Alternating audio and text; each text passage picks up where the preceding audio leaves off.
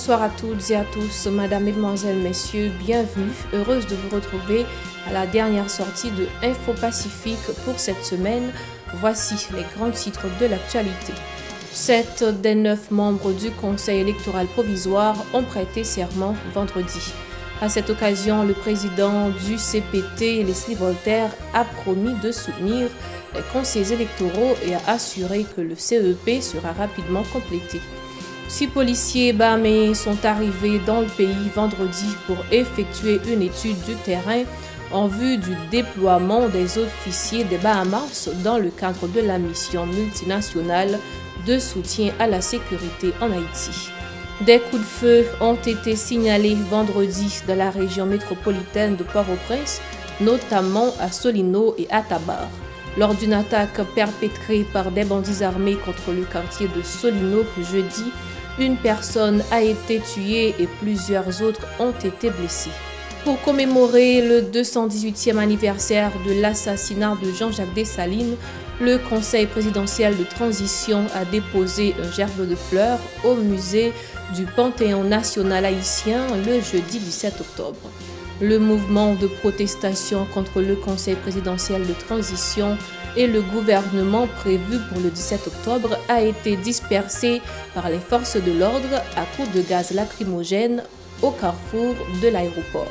Bras de fer entre le CPT et le gouvernement, le Conseil de gouvernement a exprimé son soutien indéfectible au chef de la primature dans sa décision de s'opposer au changement au sein du cabinet ministériel. Installez-vous le développement, c'est après la pause. Madame, Monsieur, bienvenue dans le développement du journal. À la une de l'actualité, 7 des 9 membres du Conseil électoral provisoire ont prêté serment vendredi à l'école de la magistrature située sur la route de Frères.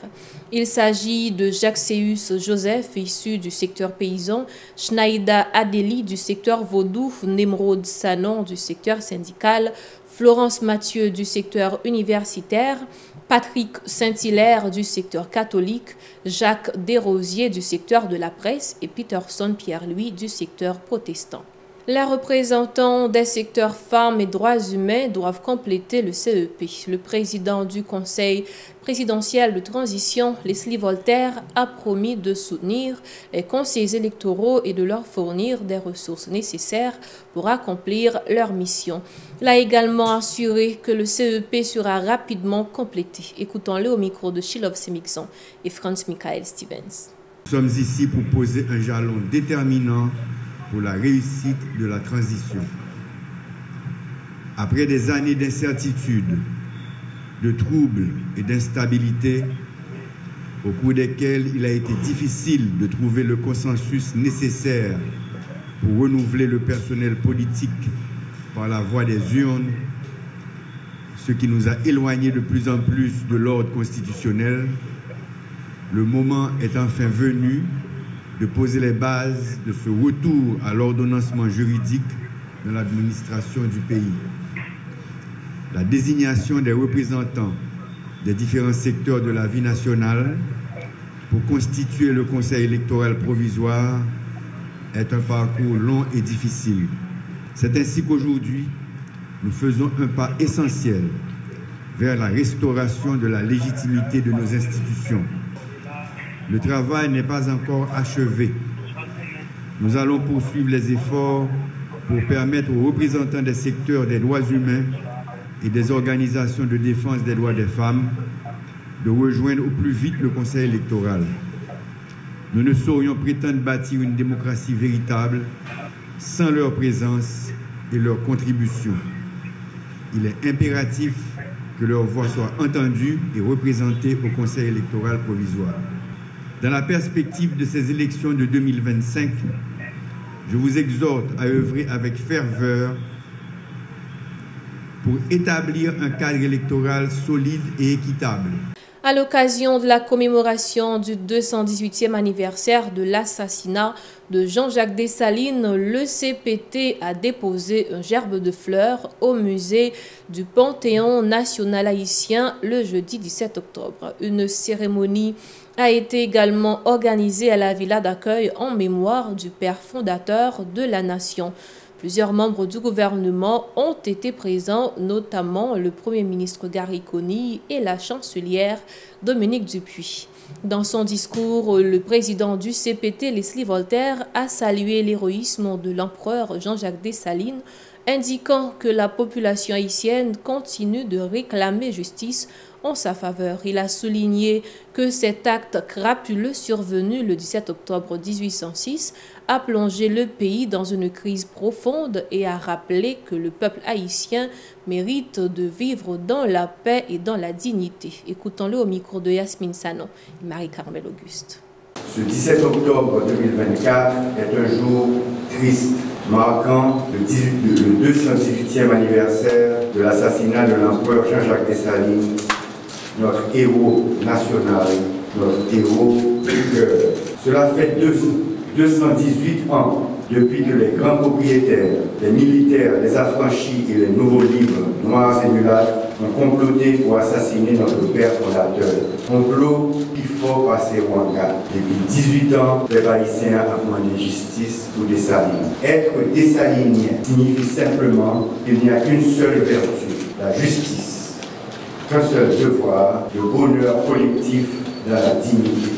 Honneur pour Jean-Jacques Dessalines, le brave, qui était pour tout le monde, tout partout, qui est capable de vivre dans le respect, liberté et dignité.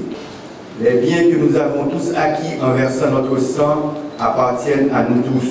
J'entends qu'ils soient partagés avec équité. Mais il dit tout, les qui des batailles, les qui n'ont pas en Afrique, rien ne va rien. Beaucoup d'assassinats qui étaient faits sous Papa Nation, la pays est en crise. Depuis 1806, c'est crise sous crise. Crise pas jamais qu'a fini jour aujourd'hui. Après 218 l'année, le peuple haïtien bouquet. Je dis qu'il n'y a aucun groupe qui a dit qu'il satisfait un pays d'Haïti à y pour l'hiver. Le peuple haïtien a besoin de vivre en paix. Le peuple haïtien a besoin de sécurité. Le peuple haïtien a besoin de vivre dans un bout de ça, sans vivre pour l'aller, pour l'humiliation de l'autre côté. Le président du CPT a appelé à la solidarité de tous les Haïtiens dans cette lutte visant à défendre les droits fondamentaux de l'homme. Il a exprimé ses préoccupations quant à la violence des gangs armés dans le pays et a réaffirmé l'engagement du CPT à combattre la crise sécuritaire. Le président Leslie Voltaire a révélé que le CPT a déjà repris son siège au Palais national situé au centre-ville de Port-au-Prince. Ses propos. On a crié dans le mot de Dessalines, mais on a célébré la ville tout. On a célébré la lutte qui était menée. L'idée était de combattre pour eux. Moi, je dis ça, c'est pour petites filles et petits garçons pays à prendre force. Mettez-vous ensemble pour continuer de défendre sa ancêtre minorité. Ça veut dire c'est liberté pour tout le monde. C'est pour bout de ça, développer et rester grand monde tête. Continuer à batailler ça, demander pour nous prendre des décisions, couper fâcher, à tout comportement qui est capable de mettre l'unité nationale en danger. C'est couper fâcher à tout ça qui est capable de craser l'institution pays. Je dis, dans l'année 2024, il n'est pas possible pour bandits, à tout acolyte, en dedans, dans le deux au pays, à faire manœuvre chaque jour pour touiller et puis empêcher les gens de vivre à déposer la caille. Comme les gens qui ont une grosse responsabilité dans notre pays pour un petit bout de temps, situation ça pas quitter nous poser. Le conseil présidentiel, le lever gros défi ça, il faut que massacre, kidnapping, corruption, chien manger chien fini, attaquer problème de sécurité, problème de protection compatriotes qui vivent dans l'autre pays, faire des marches pour remembrer l'institution pays. C'est quelques efforts qu'a fait dans le moment où on va parler là. On a informé nous depuis jeudi lundi passé. Le conseil présidentiel a pris une décision occupée par les nationales là, ça c'est un petit commencement. Mais c'est un beau symbole qui montre la détermination qui gagne pour l'autorité de l'État recommencer à établir tout côté dans le pays. Selon le mi-amiral de la délégation américaine conduite par le conseiller principal de la sécurité des États-Unis, Jonathan Feiner, lors d'une rencontre avec le CPT, a exhorté les conseillers présidents à prioriser le pays plutôt que celui du parti. D'après la délégation, Haïti bénéficierait grandement si les dirigeants actuels font passer le pays avant le parti et tiennent leur promesse de travailler en faveur de tous les Haïtiens.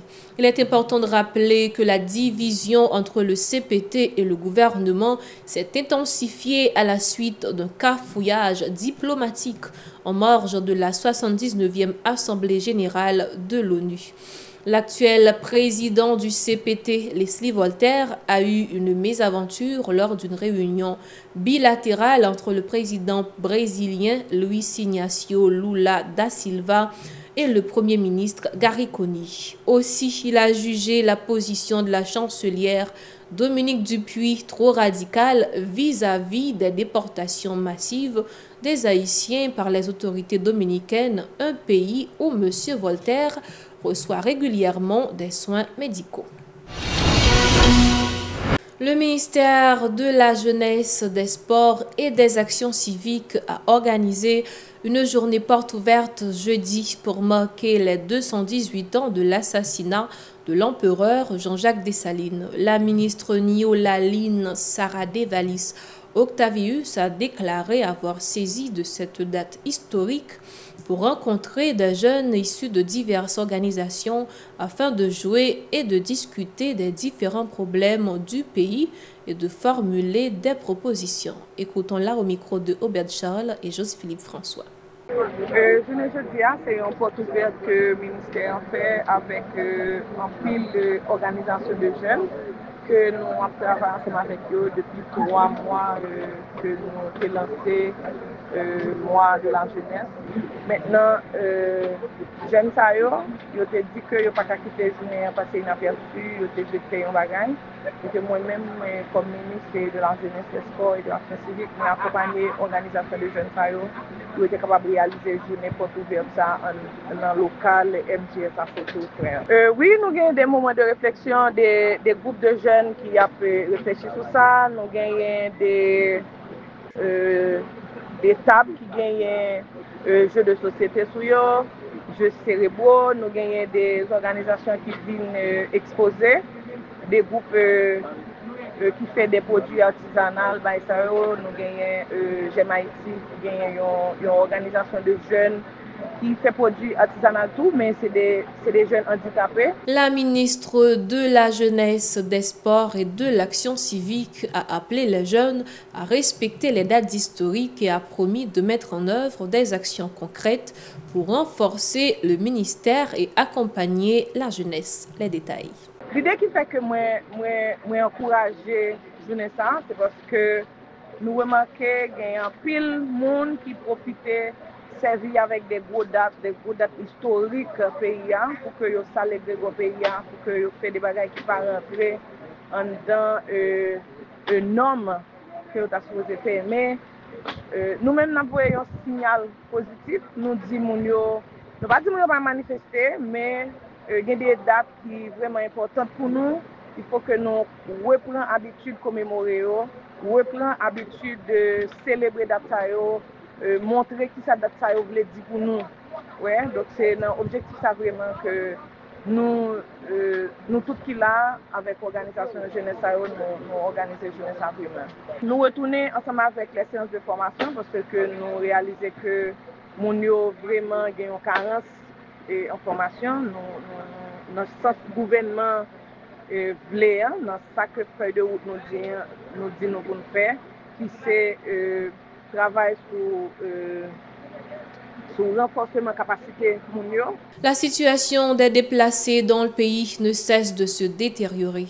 Les personnes hébergées au lycée Marie-Jeanne appellent à une intervention urgente de l'État. Écoutons ce reportage de Véron Arnaud et de Joseph-Philippe François. Des centaines de familles se sont réfugiées dans des espaces publics depuis plus d'1 an pour échapper à la violence des gangs qui ont ravagé le quartier. À Carrefourfeuille et au centre-ville, des dizaines de bâtiments servent d'abri à des milliers de personnes, parmi lesquelles les nombreux mineurs, des femmes enceintes, des personnes handicapées et des personnes âgées. Au nouveau bâtiment du lycée Marie-Jeanne, l'environnement est profondément dégradé par des tonnes de déchets formant de petits amas nauséabonds. Dès l'entrée, on aperçoit des enfants pieds nus jouant, tandis que des adultes tentent de survivre avec de petits commerces, espérant subvenir aux besoins de leur famille. Plusieurs déplacés témoignent qu'après des mois passés dans ce bâtiment, aucune autorité de l'État n'est venue évaluer leur situation qui ne cesse de se détériorer. Il y a une organisation qui compte venir, mais pas forcément l'autorité de l'État. Grand goût, misère, souffrance. Ça m'a l'État va vivre, je regarde nous. Là, je suis petit sans papa. Je suis mon cap madame comment m'a fait comment pas faire ensemble avec. Je suis pour moi avec. Quand moi brûlé. Nous sommes habitués à vivre la caille, nous pas de l'État. Ça fait que l'on paraît là où dit mot l'État, ça dérange nous parce que nous pas de vivre sur l'État. Une sexagénaire ayant perdu son mari lors des attaques de gangs armés déclare être aujourd'hui sans soutien. L'un de ses fils, qui avait tenté de s'exiler en République dominicaine, a été déporté la semaine dernière. Face à cette situation, elle espère une intervention des autorités étatiques. Marie mourit elle-même. Yo boule depuis dans la rue même pour elle même bon garçon mon mari dit sinon yo voyez venir puis à terre moi. Moi gagné 66 ans. Moi besoin pour chef l'État pour mettre tête ensemble pour yo bon quoi pour mal payer caille. Les conditions ne sont guère différentes au lycée du 150e sur l'avenue Jean-Paul II ou encore dans l'ancien espace du lycée Marie-Jeanne, où des centaines de déplacés ne peuvent satisfaire leurs besoins essentiels. Un autre sinistré raconte les difficultés de la vie dans ces camps de fortune. Mais nous dormons misérable. Pour me montrer ce qu'il y a là, c'est là dans nos dormons. Certains déplacés témoignent que dans certains camps, des organisations distribuent des rations alimentaires sèches, tandis que dans d'autres, seuls des kits contenant des produits cosmétiques et des jerrycans sont distribués. Beaucoup espèrent quitter ces abris provisoires, mais ils attendent une aide des autorités, notamment des moyens de transport pour rejoindre des proches en province ou au moins un soutien financier pour payer un loyer. Là, nous n'avons pas vraiment d'assistance. Il y a quelques organisations qui vont venir là, certes, qui vont venir faire inscription, mais jusqu'à présent, nous n'avons jamais vu rien. Il y a plusieurs instances qui vont venir. Des fois, on a des tickets pour nous, des fois, tout, bam, tout, on a un petit bagage, tout, parfois, tout. Des fois, il y a des gens qui jouent. Il y a des gens qui ne sont pas jeunes. À travailler les boys ici, dans l'autre site, on apprend dans la linguistique. Si l'État a une petite assistance, un petit moyen, il a dit nous allons payer caille. Nous allons payer caille, pour les femmes dans bout, est-ce que l'État a payé nous payer encore? Ces citoyens sont toujours dans l'attente d'une aide financière des ONG telles que l'Agence adventiste de développement et de secours ADRA, le Programme alimentaire mondial PAM et l'Organisation internationale pour les migrations OIM afin de quitter ces espaces d'hébergement. Les déplacés, espérant un avenir meilleur, appelle l'État à les soutenir en cette période sombre. Je demande à l'État pour mettre pied à la terre. Avec ça, on décide de faire pour nous zone pour nous tourner la canne parce que nous 80, nous sommes habitués à vivre dans le monde. Des structures ont présenté vendredi de la commune de Pétionville le bilan de l'Observatoire communautaire des services. Plusieurs représentants d'organisations telles que Housingworks, USAID, Préphare et ONU-SIDA ont pris part à cette rencontre. À cette occasion, Augusta Louise a exposé le travail de terrain réalisé par Community Led Monitoring avec ses partenaires. Écoutons-le au micro de Véron Arnaud et Joseph-Philippe François. C'est l'élément qui s'allume. C'est une structure qui est là, qui fait enquête, et puis qui fait rencontre de solutions, et puis qui fait plaidoyer. Raison qui fait ces éléments de venir là, surtout en Haïti, c'est parce que nous connaissons d'ici 2030, question de VIH, pas parlons question de santé publique encore. C'est ça qui fait, nous vérifions avec 3,95 €, ou bien E égale E, ou laisse ça ou indétectable, ou intransmissible. Des points de vue ou intransmissible. Nous pas quelqu'un qui n'a interruption de traitement, et qui ça les gens subissent discrimination dans la santé, tout ça. On a structure là, nous chita ensemble, et monter avec support partenaire. Nous avons une première équipe qui a les souterrains, moniteur, il y a recevoir données. Il y a un coordonnateur même qui prend données ça, qui traduit sur Comcare. Et puis, là, on fait le résultat, nous réchitons encore avec non seulement avec le comité directeur, membre GCC, avec les coordonnateurs, pour nous garder jeunes trouvailles que nous pouvons regarder. En fonction des problèmes qui gagnent, nous retournons dans ce centre qui est là pour bailler service VIH. Nous chutons avec les représentants pour nous garder responsables, même pour nous garder des problèmes posés qui fait que nous ne pas venir prendre médicaments ou bien un problème quelconque. Est-ce que dépend directement de l'hôpital? Est-ce que dépend directement de personnel ou bien de directeur ou bien et de bailleur? Là, ça nous garder ensemble. Madame, Monsieur, c'est ici qu'on met un terme à la dernière édition de Info Pacifique pour cette semaine. Restez branchés, la télévision Pacifique. Au revoir et à bientôt.